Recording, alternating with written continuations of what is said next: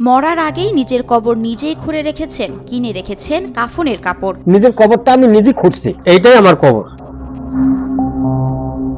এমনকি ঘটা করে চল্লিশার আয়োজন করে ভরপেট খাইয়েছেন এলাকাবাসীকে। আমাকে লোকজন ডাকে, আমার নিজের চল্লিশটা আমি নিজে করলাম, লোকজনকে খাওয়াইলাম, কাফনের কাপড় এবং কিনে রাখলাম, কাপড়গুলো অবশ্য নিজে হাত দিয়ে নিজে কেটে রাখছি। এমন অদ্ভুত কাণ্ড করে এলাকায় চাঞ্চল্য সৃষ্টি করেছেন গাইবান্ধা সদর উপজেলার খামার পীরগাছা গ্রামের মোহাম্মদ আব্দুল লতিফ সরকার। পাড়া প্রতিবেশী আত্মীয় স্বজনকে বলছি যে আমি মারা গেলে আমাকে এখানে আপনারা সাহায্য করবেন, মৃত্যুর জন্য যেটা প্রয়োজন আর কি সবই আমি কিনে রাখছি। শুধু নিজের কবর নিজে করেই ক্ষান্ত হননি বৃদ্ধ আব্দুল লতিফ। কবরটিকে দৃষ্টিনন্দন করার জন্য কবরে তৈরি করেছেন মিনার, লাগিয়েছেন টাইলস, নিয়মিত যত্ন নিচ্ছেন নিজের শেষ ঠিকানার। নিজের কবরটা আমি নিজে খুঁজছি, খোঁড়ার পর তারপর আমি মিস্ত্রি ডাক দিয়ে গাঁথা করছি, তা করিয়ে তারপর আস্তে আস্তে ফির আবার পিলার করে নিলাম, পরে ফির আবার সমস্তটা করলাম, পিলার করলাম। সারা জীবনের ইবাদতের থেকে কোনো ইবাদত কবুল হওয়ার পুরস্কার হিসেবে আল্লাহ তাকে নিজের কবর নিজে তৈরি করে রেখে যাবার সুযোগ দিয়েছেন বলে দাবি করেন আব্দুল লতিফ। আল্লাহ পাকের কাছে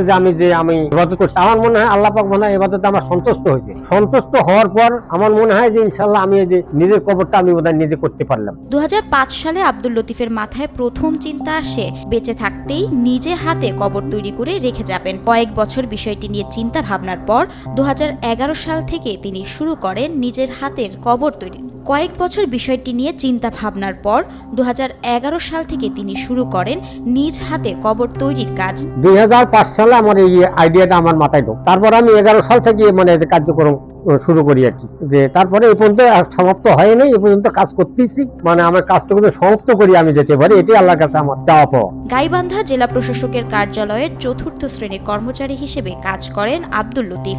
2011 সালে বাড়ির সামনের একটি ছোট পুকুর ভর্তি করে সেখানেই নিজের কবর তৈরির কাজ শুরু করেন আব্দুল লতিফ। ছোট চাকরি করি, হয়তো 2000-5000 টাকা রেঞ্জের একটা কাজকর্ম করি। বর্তমানে প্রতিদিন ভোরে ফজরের নামাজ পড়েই নিজের হাতে খোঁড়া কবরের দেখাশোনা করেন এই বৃদ্ধ।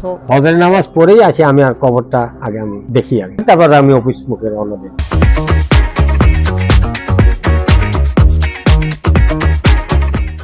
বেঁচে থাকতেই নিজের কবর নিজে তৈরি করে রাখার বিষয়টিতে এলাকাবাসী কোনো বিরূপ মন্তব্য করেনি বলে জানান আব্দুল লতিফ। আমার গ্রামবাসী অবশ্য কোনোদিন বলে নাই যে তুমি কবর করলে কেন। তারা বলছে যে এরকম নিজের কবর নিজে করতেছেন, এটা তো খুব মানে আল্লাহর খুব মহান ইচ্ছা, মানে শক্তি হিসাবেই মানে কাজটা করতে পারছো, নিজের কবর নিজে করে যাচ্ছ, এর চেয়ে মানে বড় চাওয়া পাওয়ার কি থাকতে পারে আর। এদিকে রাস্তার পাশেই কবরটি হওয়ায় পথচারীদের অনেকেই কৌতূহলী হয়ে থামছেন কবরটি দেখতে। চলার পথে একটা মসজিদের মতন একটা পরিবেশ দেখলাম, দেখে এক ভাইকে জিজ্ঞাসা করলাম আসলে কি মসজিদ নাকি। তিনি বললেন একটা কবরস্থান, নিজস্ব কবর খুঁড়ে সে ওখানে থাকবে। এই মনে করে আমি এই দৃশ্য দেখে আমি মোটরসাইকেল ব্রেক করে এখানে নামলাম, নামে দেখে এই অবস্থা।